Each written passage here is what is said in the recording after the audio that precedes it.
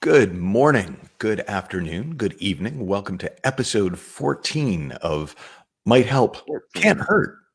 Conversations with leaders, doers, and friends. I know it is very impressive. Episode 14. It just showed up as an idea about a month and a half ago, Uh, being bored during quarantine. But the idea behind it was really to just take some of the private conversations I was having with some of the cool people I know, and yes, Rob Cook is one of them, and just have those private conversations in public where yeah. people can listen in and see what they see. And so I want to start with the important one. Let's compare T-shirts, which on the podcast Okay. is meaningless, but we will have to explain it. Okay. So Rob, yours says "Unpredict your journey." Yes, this is my Coddy Wample shirt from the amazing Christy Halverson. Excellent. And just on the off chance someone doesn't know what coddywampling is, It is unpredicting your journey. It is following, I think it's following an undesignated path, if that's is just going about it your way,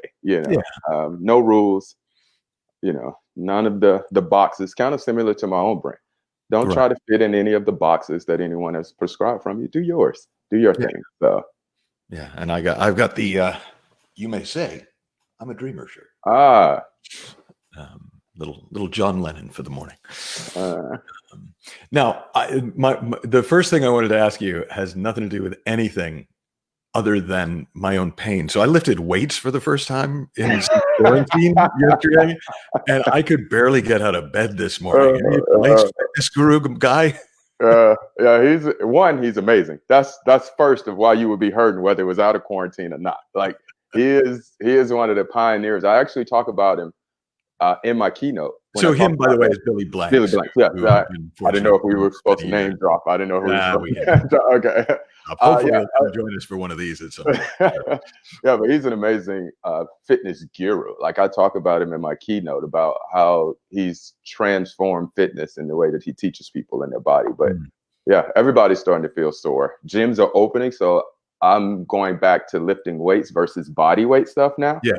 And I also am like, okay. Okay. So don't read too much into the fact that I never want to move again. Yeah. Yes. No. It's just a thought. Don't worry about it. So listen, you and I, we met at a dinner party, what, 2.5 years ago, 3 years ago? Yeah, about 2.5, 3 years ago. I had a mutual friend, and I'm a reader, and didn't know everybody. I'd actually just walked past you, not knowing who you were in the front room. Not overwhelmed by my handsome demeanor. Not yet. It wasn't yet. Not yet. Yeah. The favorite saying of you have to dance with who you brought to the party. So since I couldn't dance with you just yet, Appreciate you. And I get in their kitchen, and on their counter is Creating the Impossible. And so as her and Lori are catching up, I'm thumbing through it, and I'm like, this is actually pretty interesting. I said, can I borrow the book? And she goes, just go talk to him. He's in the front. And I go, the guy who wrote this book is in the front. and so it was almost like a TV show where you got three heads peep around the corner, and she's trying to point you out in the room so I could walk over and talk to you. Yeah. And what happened after that, I think, was the funniest, because once I identified who you were, I played, not knowing what it was then, with how do I get to you? I can't just walk straight up to you and say, hey, I saw this book. Like, I have to speak to this person first, and I may have to talk to and then kind of make my way and bump into you like, oh, you're the guy who, because but that kind of went all out the window. So and from that point, man, it's been amazing. Like, it's been one hell of a ride. So, that is funny. It's a very weird thing. I have been a extremely minor C-list celebrity. I was famous for doing a sitcom in Wales. Literally, like, this little tiny corner of the world knew who I was, and no one else.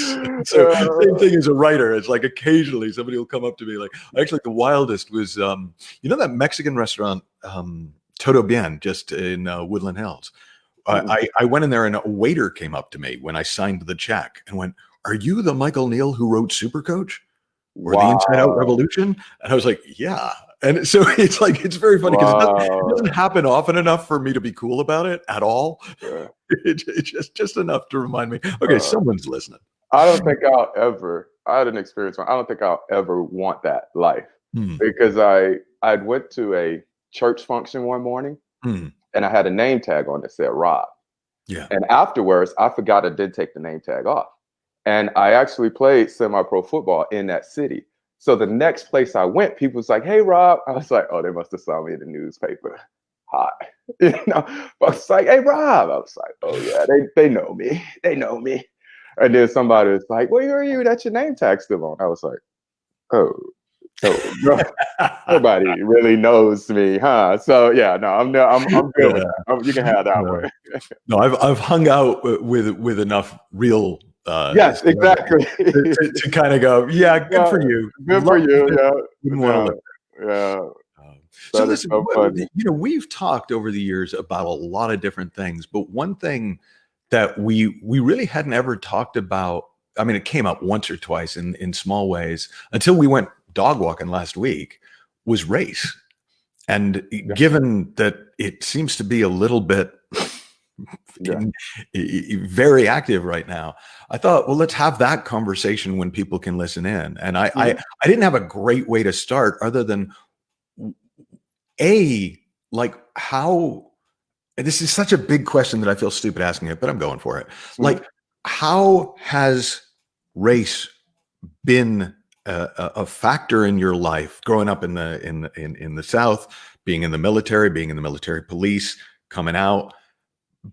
But how's it changed as well? Because I know from our conversations that it doesn't look and feel the same way to you now that it used to. No. Race was probably the first biggest obstacle I had to face. And what I mean by that was born and raised in Birmingham, Alabama. So my actual house and high school is probably 10, 15 minutes from 16th Street Baptist Church. I'm not too far from where Bull Connor released the dogs on all those who marched and the fire hoses. Man, we watched that again. Have you seen 13th? Oh yeah. Yeah, so we watched it before, but we watched it again on Sunday, and just those images. Jesus, it is hard to imagine. I mean, it was a little before our lifetime, but not much. Oh yeah, it's pretty interesting. A lot of the city still has the ruins from it. You could see it. The city's very, very compartmentalized. And I remember one time I was a high school student, and a friend of mine had got a job out of county. And he said, because the minimum wage just 10 minutes down the road is about $2 higher. So if you get hired there, you make more. So I travel over the bridge to what they call Hoover, Alabama, which is about 15, 20 minutes away from us. And again, higher minimum wage and everything. And I got pulled over one day. Yeah. And the cop walked to the car and he says, "Well, I know you don't live over here. So what are you doing?" And I said, "Well, I'm going to work." He says, "Where do you work?" I said, "Well, my smock is Toys R Us." He says, "Well, I'll follow you there. Let's see." So he follows me to Toys R Us. He walks in and asks the manager, "Do I work there?" Manager said, "Yes." He was like, "All right." And he walks out. And he didn't explain anything, which left the manager to believe, okay, the one black guy I did hire is the law comes in and brings him to work. And so long story short, I ended up not being there much longer. And that kind of took me with a rage into the military. And my first year in the military, my first piece of trouble was fighting with a guy that called me the N-word. Because when you first get in, you're under all the restrictions because you're brand new. I was less than a year in at the time, and we didn't get holiday break because we were so new.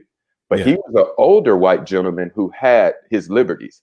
So as he was walking past us out of the dorms, he was like, "You ends enjoy not being able to go home. Ha, ha, ha."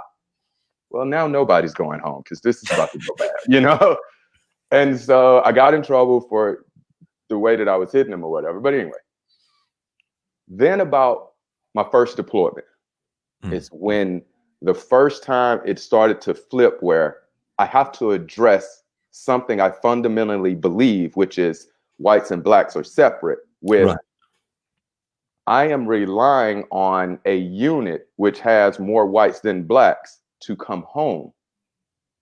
And very quickly, race went away and it became about American fighting the enemy. Right. So still us and them, but a different us and a different them. Yes, always an us and them, but just in a different fight. Like that's been the story of my life. I've always been in a us versus them, but in all capacities. Right? I've been in a us versus them because my job was law enforcement.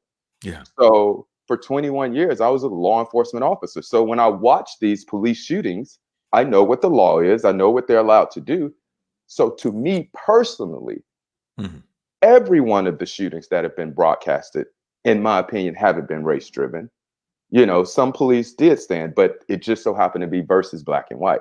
Right. You know, I think one of the saddest things I ever had to that really was brought to my mind to remind me of that was I have been around military members and watched them do things to Muslims because they were terrorists or considered terrorists, or we were trained to believe they were just terrorists. And no, they were just people who have a different faith. And I remember standing by watching a military member berate and just dog out a person and call them all kind of names. And I didn't say anything because it was a us versus them. Right. And it sat with me, but I kind of got over it the more propaganda and programming I got about Muslims being evil. Yeah. So you were you aware at the time you were being programmed, or did it just feel like, oh man, I didn't realize how terrible these people are? Not. I mean, you wouldn't think it, but when your targets has men with turbans on, you just think that's the target. Yeah. You know, you don't pay any attention to it. You just go with it. You don't separate extremists and Muslim when you hear, because it's one of those, all of the people who committed the terrorist act in 9/11 were Muslim, but all Muslims aren't terrorists. Right. Yeah. So it was one of those lump in. Everybody who protested wasn't rioting, but they all got lumped in together. It was no separation. That was when things started just not feeling right. But I didn't have. I'm going to go sideways. I want to come back to it. I really want to come back to it.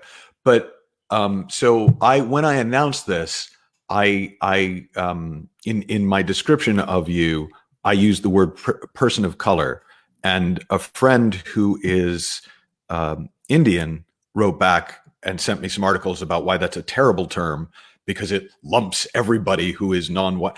And it, from your, I mean, not like I expect you to be if anyone told me, hey, Michael, you're speaking for white people, I'd be like, no, I'm out. But I'm not saying speaking for black people, but like, what phrase, is there a term for race that you are more or less comfortable with? No, I don't know, because I've been told by an African personally. I've been told by an African male personally how offended he was that I said African American, because I don't have the same struggle as they have in Africa. Right. And I was like, well, it's no, he said, that's your country political correct way of trying to fix something they did wrong. Right. But and it was kind of like,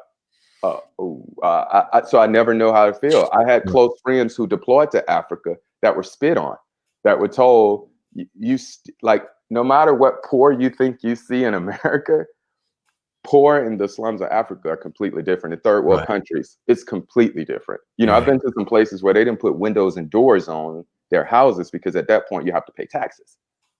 Like, you know, so their doors and their windows are sheets and plastic.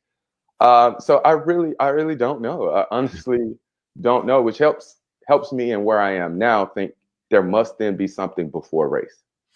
Right. Okay. We're going to get there. We're going to go there. Yeah. I want to go back to the story. So you're deployed. You're being conditioned without knowing it to kind of knowing the turban is them.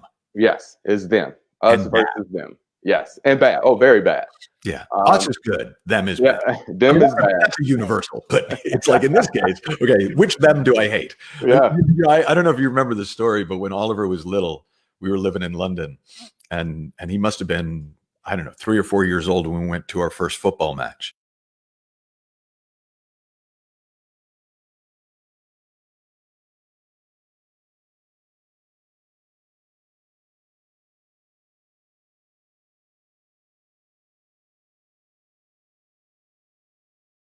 yellow ones. And like, I'm freaking out. And I went, oh God, he's talking about the shirt color. Yeah. Like, and again, it's just that us and theming. Yeah. Man, that starts early. Oh yeah. It's huge too, because it's prevalent everywhere if you think about it, right? Like my mentor coach, we were having a conversation and she was talking about how she helps abuse women.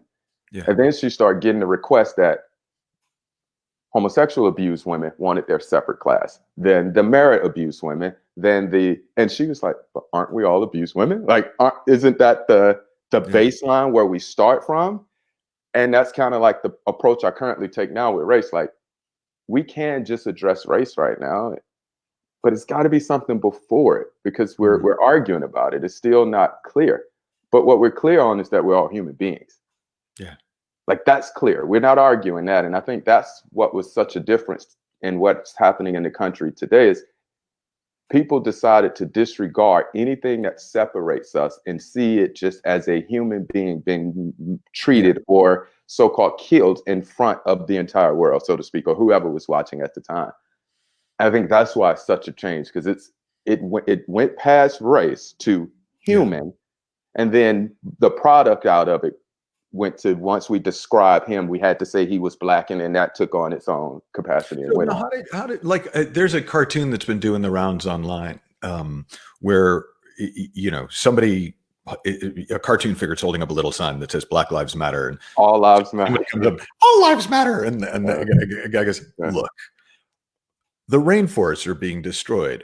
All trees matter, but right now, let's save the rainforest. Yes.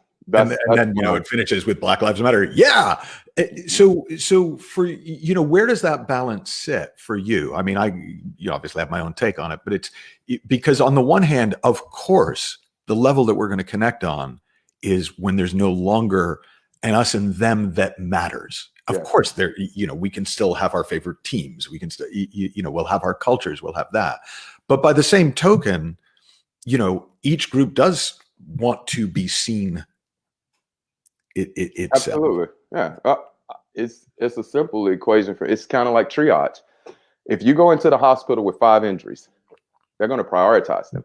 Right. Right. So if you have a gunshot wound to your left shoulder and a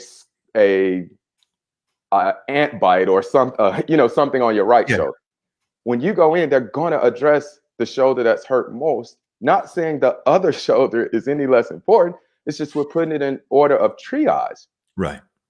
True, all lives matter. But at this current time, all lives aren't being treated as such as it pertains to police brutality. Yeah. All lives matter. Now, this may change. And the only reason I say this is because the military is such a funny thing, Michael, that I've been through one of these evolutionary changes or social changes. And what I say is, don't ask, don't tell. This is probably the only thing I can closely relate it to in a sense. Yeah. It was absolutely illegal in the United States military for you to say you were gay or for me to ask if you were gay. Right. But gay people were serving. And the fear was, we thought if gay people are allowed to serve, they're going to come out, they're going to tie their uniform in little bows, they're going to wear lipstick. We just had this very, very incorrect thinking around what it was going to mean. Right. And then it was repealed. And then the people I knew who were gay still didn't say they were gay. And I thought that was odd. And their fear was, just because the rule changed, I still would get discriminated against once you find out I'm gay. And that just kind of like blew my mind. It was kind of like, wait, but it was just confusing. And so I think the same is true of now. Like, I've never seen 4 presidents speak on a topic such as this. I've never seen the heads of sports organizations speak on topics. I got a message from Chipotle that Black Lives Matter. Like, Chipotle, So we're in a totally different world. And I do honestly attribute that to the millennials that I need to apologize to, because I didn't think you were strong enough to do this. Yeah. I've been apologizing to my kids for I unfortunately bit my tongue. So I didn't say, hey, good luck. But man, it's been incredible. Man, they have stepped up beyond belief, and that gives me the hope. Yeah. Racism is prevalent in a lot of places. Discrimination is prevalent in a lot of places on all forms. right? And it is out there, and people are adjusted to it. I've had a totally different fight with it just because I have had, and I call it a luxury. I only call it a luxury because it expands my ability to see this topic this way. I've been discriminated against for other reasons other than being Black. So I kind of know it extends past race. Right. Like when I got out the military, I wasn't the same with my friends in the military. Yeah. People I have went to battle with, now I'm at arm's distance because I'm not one of them. Right. You know, even when I became law enforcement to the Black community and my younger cousins and things like that, I was like the popo. You know, across the water, I was just the arrogant American.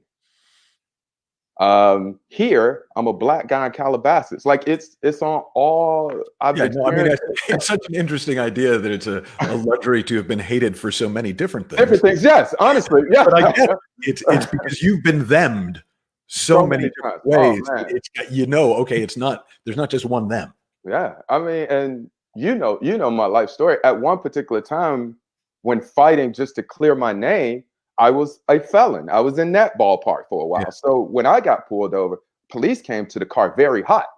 Yeah. So they came to the car very hot based on what they saw on my record that was incorrect, and I had to go get. But they came to the car also seeing that I was Black, so it fit almost. Yeah. And I remember asking. Yeah, you were the Toys R Us kid 20 years ago. Yeah. So I remember asking the cop, like, why did you come at me so hot? Because I understand traffic stops. I know when you come up with two cars, one offset to the left, one offset to the right, that's a high traffic stop. You only initiate high traffic stops when you believe there's a risk of imminent danger or harm to you or another officer. Right. I just so happened to cross over to the left lane without hitting my signal. Right. You know, you felt I was tailgating. Okay. So got it. But how did that put you at risk? It was what he saw in the computer. Right. You know, he comes up to the car, I let all windows down, I put my hands out. That comes because I'm law enforcement. So for me to feel safe on any traffic stop, because I believe anybody's capable of anything, I would like your hands out. Yeah. So I did what would make me feel safe as a cop. He took offense to it. Yeah. His exact words, put your fucking hands back in the car. I'm not going to do anything to you. And I was like, sir, in the current, I don't know that. So I'll just leave him right here. I'm comfortable with it. That way, you know, you're not in any harm. So then he asked me to get out. So I got out like this, not hands up, you know, hands straight to the side. Right. And he asked me to walk. He asked me to talk. And then he just said, well, like the way I was following these protocols, it kind of sparked a question. I was like, I'm prior military. So the reason I know I wasn't tailgating is because I drove motorcades for 9.5 years and I could see the bottom of his tires. So that in its sense doesn't. And then he was like, oh. And then I said, and you didn't have an opportunity to see me cross that car because of where you were located. And then he just like, you know what? It just ended up letting me go and it didn't do anything. But most people don't have all that knowledge. No. You know, most people don't see that. Most people don't. But also, most people are scared out of their minds. Oh yeah. You know, my kids have been in the car with me getting pulled over before.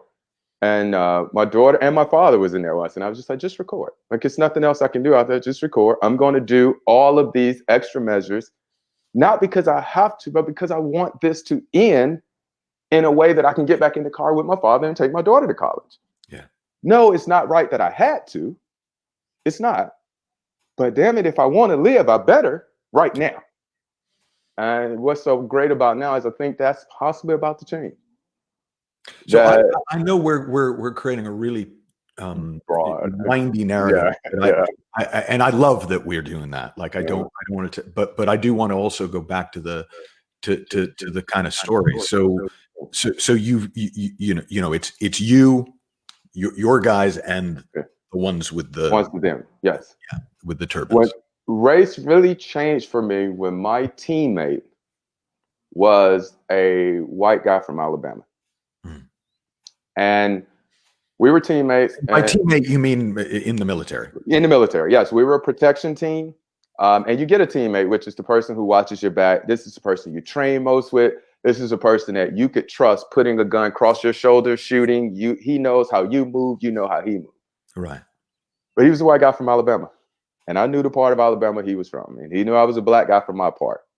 We never had a discussion about it. We just looked at each other, said, we got to get through Afghanistan, we got to get through Iraq, we got to get through Colombia, we got to get through this, we got to get through that, right? His wife used to make a running joke that people should ask me about him because I spent more time with him. At one point, we had traveled close to 200 days a year in a particular year, traveling just on different missions. But neither one of us could take each other to our families to say, this is my teammate. And the only reason that was because of our color. Yeah. Like, if you just tell the story of, oh, my teammate, man, he covers my back, he always makes sure I'm ready, my family would love that. And I'm not saying all, so let me not say it like that. Yeah. But the moment you say he's white, you'll get the, okay, that's cool, but make sure you watch him. Yeah. And I'm sure if his family would probably give him the same. It's like, all right, you know how those guys are over there, you know? And that was kind of when I had to sit back and go, whoa, man, like, I don't know what to do with this. Like, it really was this, because if I let it seep in, when it is just me and him and some of these situations, if I let that train of thought come into my head, we will die. We won't make it back. Right. I literally have to believe he is willing to fight and give his life for mine, and I to do the same for us to make it back out of those situations we were in. Right. And that was when the first thread kind of pulled to like, wait, that's like short circuit. Something's not right. It's like, wait, that doesn't fit my. No, because I love that dude, man. Yeah. I love that dude. Like, we never argue on the road. We only argue in the United States of America. Like, when we got on a flight, we were fine. I've been in the operation room. He actually, I haven't mentioned his name, so it won't be a thing. But you ever heard of Torsia or Torque or Torque? Torque, yeah. Yeah, he caught Torque about 6 hours into a 14-hour flight into Korea. And I literally had to sit on the floor with him because he was in such excruciating pain, but we can't land. We got another 4 hours before we land in Korea. Yeah. And he's just in grimacing pain. And I'm just like, man, I got you. Don't worry. We get off the plane and I'm wheel him to a car, get our luggage, wheel us to a taxi, find a hospital that accepts Americans, get him into the emergency room. And only using the term partner, and people obviously thought something different was how I made it so far. Right. But in the emergency room with him, about to have that surgery, like, I love this dude. Yeah. But when we got home, our family, it was just a different place when we came home. Yeah. And we just accepted that. We just dealt with that. We didn't party families together. We didn't even really hang when we were at home. But we were one hell of a crew on the road. And I think that was the first thread that pulled away with race, to figure that I started seeing something has to be different. Something must be different. And so I started educating myself on Black America as I understood it, as I've been taught. You know, my aunts were there, if I'm not mistaken, in Selma, because they're much older. There is a large portion of my family that are very, very Black powerful. My closest cousin is a professor at a historical Black college. Like, it's rooted very deeply in my family. But it felt different for me. And really not knowing how to express that, I kind of just kept quiet. I kind of just kept quiet for a few. Wasn't as vocal when shootings happened. I remember Trayvon dying and not saying anything. I remember a few others just because I didn't know what to say. Right. The first time I ever spoke on anything outward race-wise was the Colin Kaepernick protest, and that really wasn't about race. The reason I spoke out on that is because I was like, don't let this be hijacked by saying this is a disrespect to the troops in the service. Right. Because to watch Colin take a knee, to me as a military member who has fought in war, made me say, whew, at least that was real. Like, at least me going to Iraq and Afghanistan, at least us losing soldiers, sailors, Marines, and airmen for the rights and freedoms of Americans, that they do get those freedoms for real. Yeah. But to see him blackball is what really made me feel disrespectful, because what you were then saying is that every military member that I know and love, if lost, died for nothing if the person in America can't use those rights. Don't have to agree with them. That was never part of our creed to go forth and protect. You don't accept the oath to protect the United States of America for only those things that I believe in. Right. You protect it overall and allow everybody to operate from all the way left to all the way right. Yeah. So it's very disheartening to see something I fought for not be able to be expressed. That was my offense, right? He took the knee because a military member sat down and educated him on the difference in sitting on your ass and taking the knee. That was offensive. Sitting on your butt for my friends and all those fellow brothers and sisters who died. No, take the knee because we do that. Right. Right? That's our sign of respect. And so, Arlington is full of people who gave their life. You say that's your sign of respect. Do you mean like for the dead, for the fallen? Yes. When you after the 21 gun salute at an Arlington funeral, most military members will go by. The SEALs, they pin their tridents into the caskets. But most people will take a knee and just say something to that person. And you if you have your rifle, you stick it here on the side, barrel pointing up, and you say what you have to say, and then you're up and you're back at it. Because to us, losing life is part of the game. We're taught that. Like death happens easily in the military. Right. Again, another programming. Like you just begin to get used to seeing, unfortunately, dead bodies, which I think is a large portion of the PTSD, because so many things that are normal in the military become abnormal when you come out. Yeah. And it's a hard, whoa. So it's not okay for people to die all the time. And so is it a completely different normal? No, completely different normal. Yeah. So it's just been here recently that, and that's from Venice on, that I've kind of got an understanding that yes, race relations in the United States of America and probably other places are not great, and they should be addressed. But if I do this right now, because I don't think I've ever saw in my 43 years a time such as this. If I do this right, I won't have to have this fight again for Mexicans, for women, for gays, for those who wear a mask, don't wear a mask, for those who believe COVID, don't believe COVID. Like, if we do this right, we won't have any of those fights subsequently after this, because you will have to go back to the human experience. It's not until you start to separate us that any of these issues are created. Because if I just take it saying no human being should be discriminated against and mistreated, I cover blacks, whites, gays, Hispanics, like whatever. And I think if we do that, we will ultimately, absolutely advance Black lives when we do it. But if we, in my opinion only, based off my experiences, if we just address one part of this broken system, we will then find ourselves in a loop addressing this again. Right? I mean, the Civil War wasn't originally started by blacks. So there has always been a revolt to change. Like, it's not all, protests aren't inclusive of just blacks trying to get their rights. Like, they've happened all over. So I think this is an opportunity that, while yes, blacks have truly been discriminated, if we can get underneath that and deal with all of this, we won't even have to have any of this talk again. Yeah.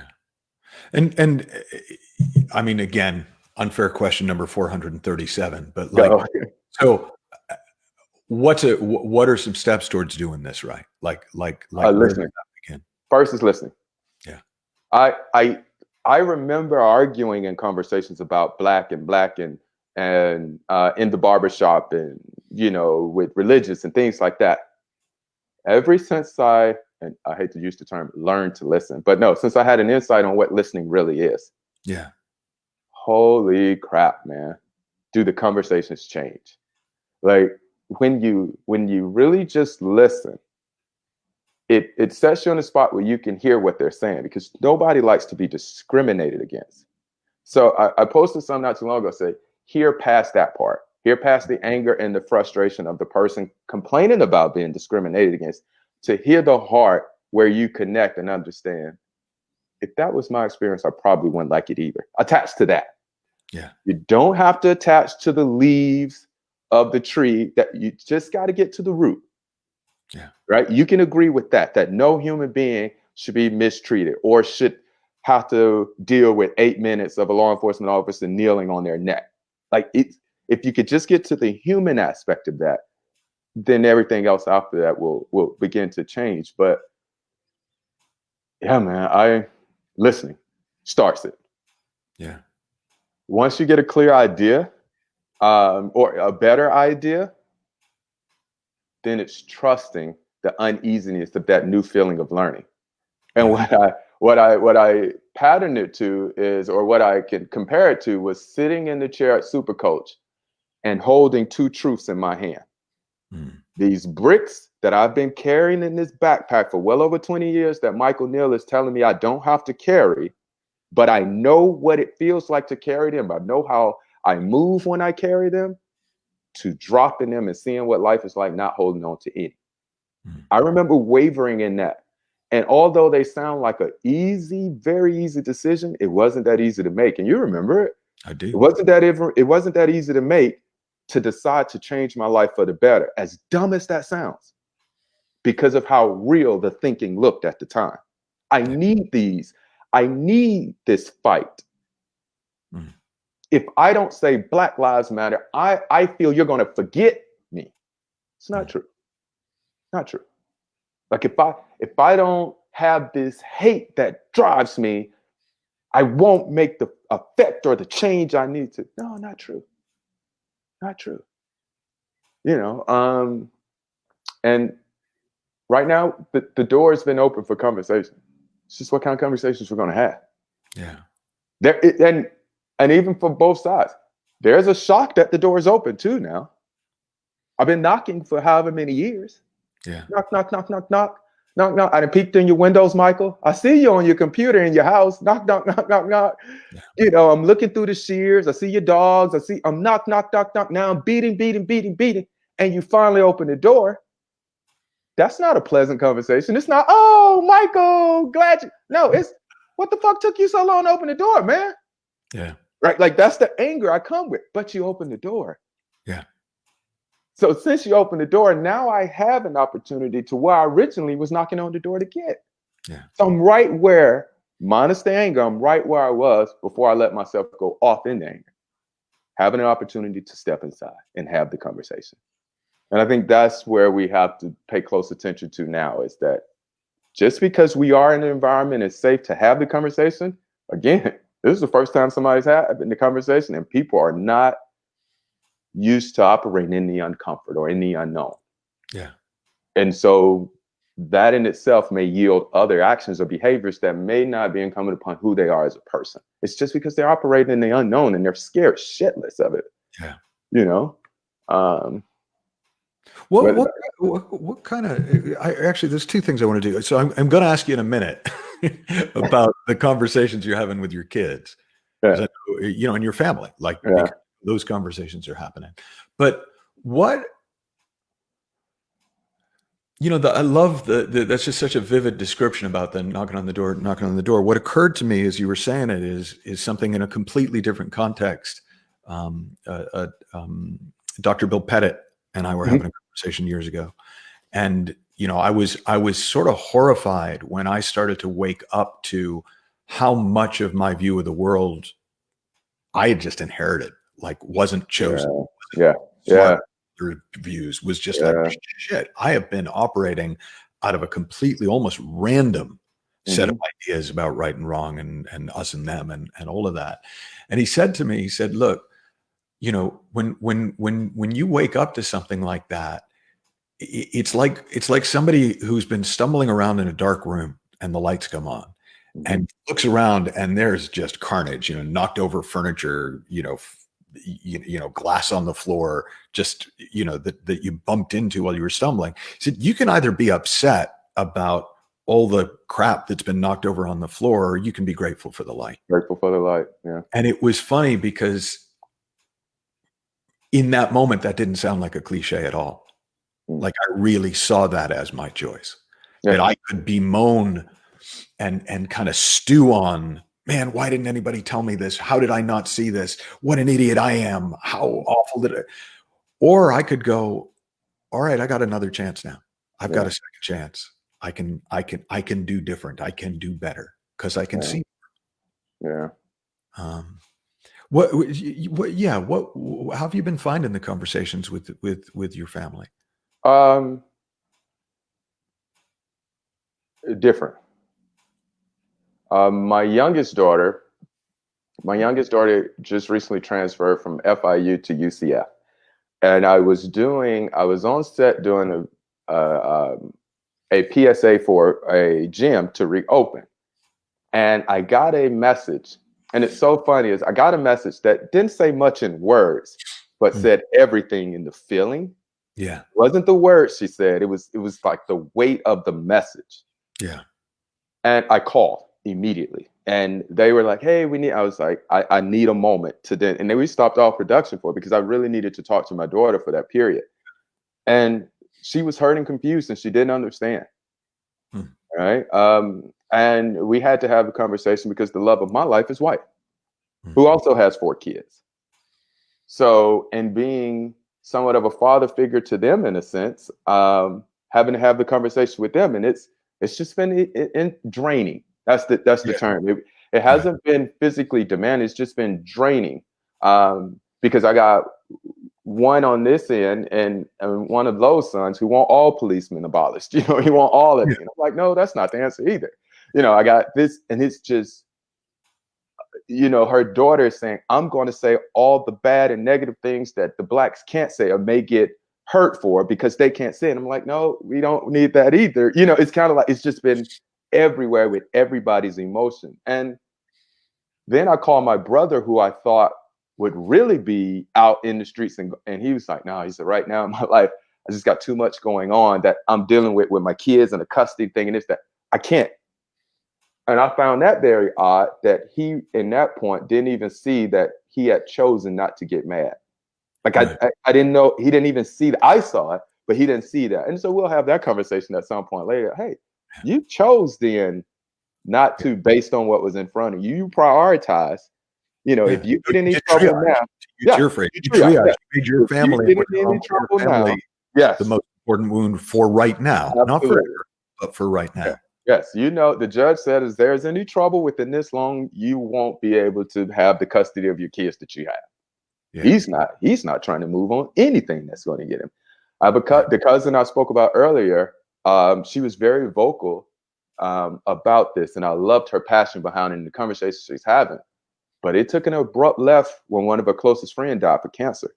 And the anger she had for the police brutality and the racism in the world shifted directly to cancer. And it was the same anger, but it was a different enemy. And, and so it's just been interesting. Huh? They've all been de-escalating in nature, though. And that's probably how, the more and more I think about it, I probably should have kept you walking when that incident happened the other day. But my mind is, everything around me is de-escalating right now, and I'll just very kind of broad brushstrokes. Rob and I were out walking dogs, and they're literally like this car, and these 2 guys got in front of the car, and they started shouting at each other, and one of the guys spit in the car, and the guy got out of the car, and dogs came out of the car. And Rob's in there within seconds. He's just like, hold my dog. And within like 30 seconds, it was actually kind of beautiful. Like you had everybody separated and going their own way. And I just thought, man, that kind of ability to de-escalate it's so important, because that could have turned into, I don't think it would have turned into anything more than a punching match, but that could have gotten ugly. Yeah. My fear of the punching match was the angle that the older gentleman was standing on, because if he had taken a couple more steps back, he would have tripped over that little berm and just rolled.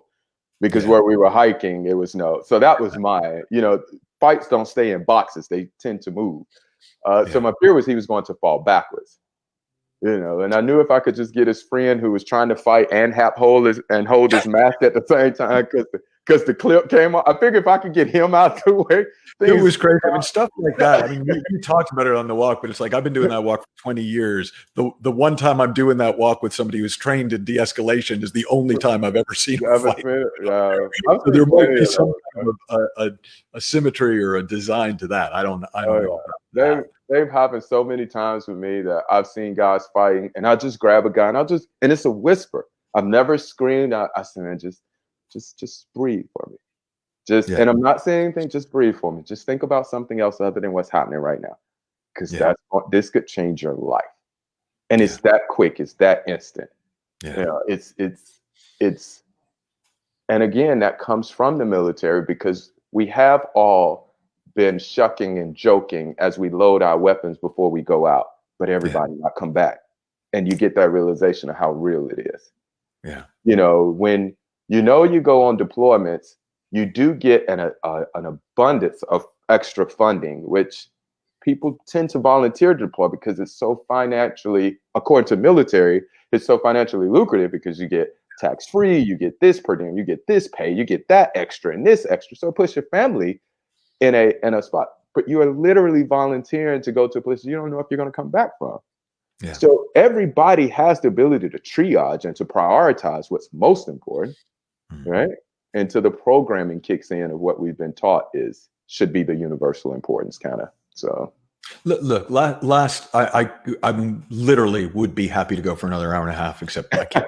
But I want to ask one last question for now, which is, both through your training and your life experience and what you've learned since the military, when that fear comes up in you, when that survival instinct is triggered, how do you not get lost in it? How do you not let that take over and become out survival mode instead of, all right, we can get beyond this?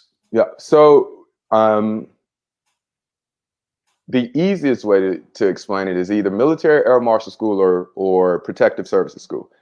They take all of those things you don't know and make them real. So first thing you do in Raven school when it's fight day is you get punched in the face.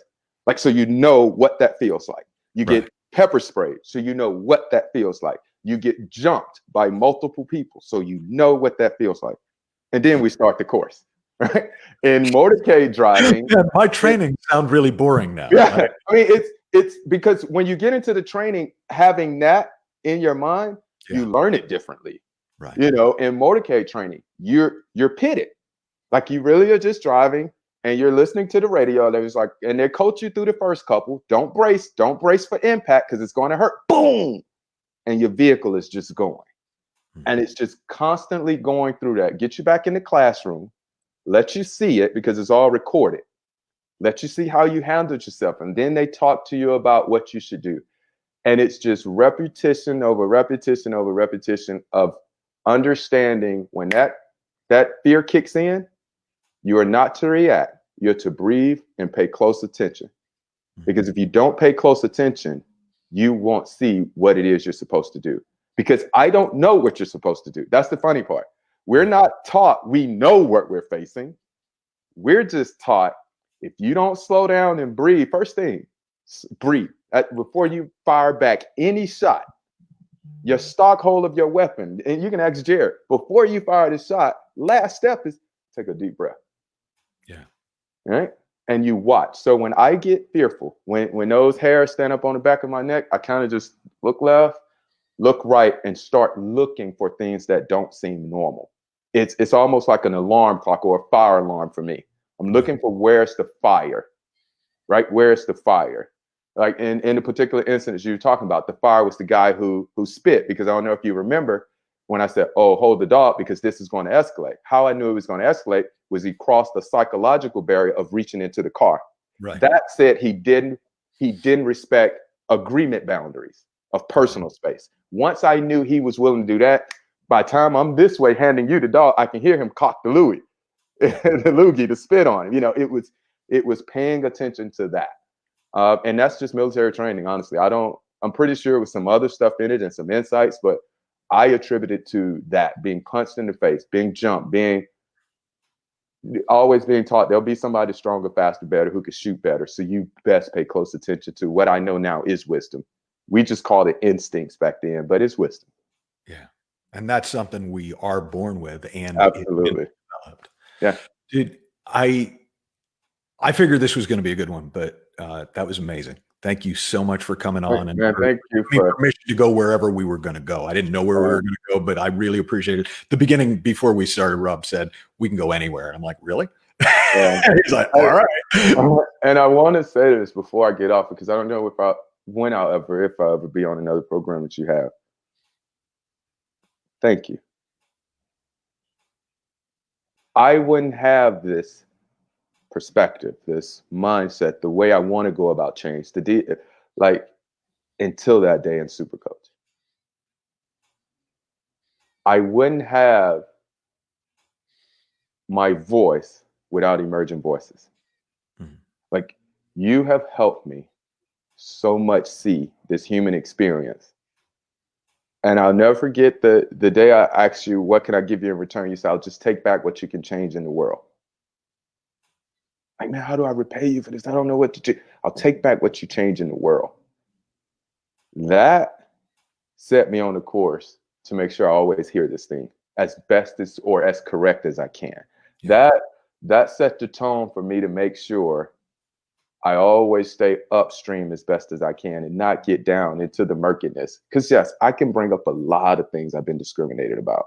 I can, but they won't help us move.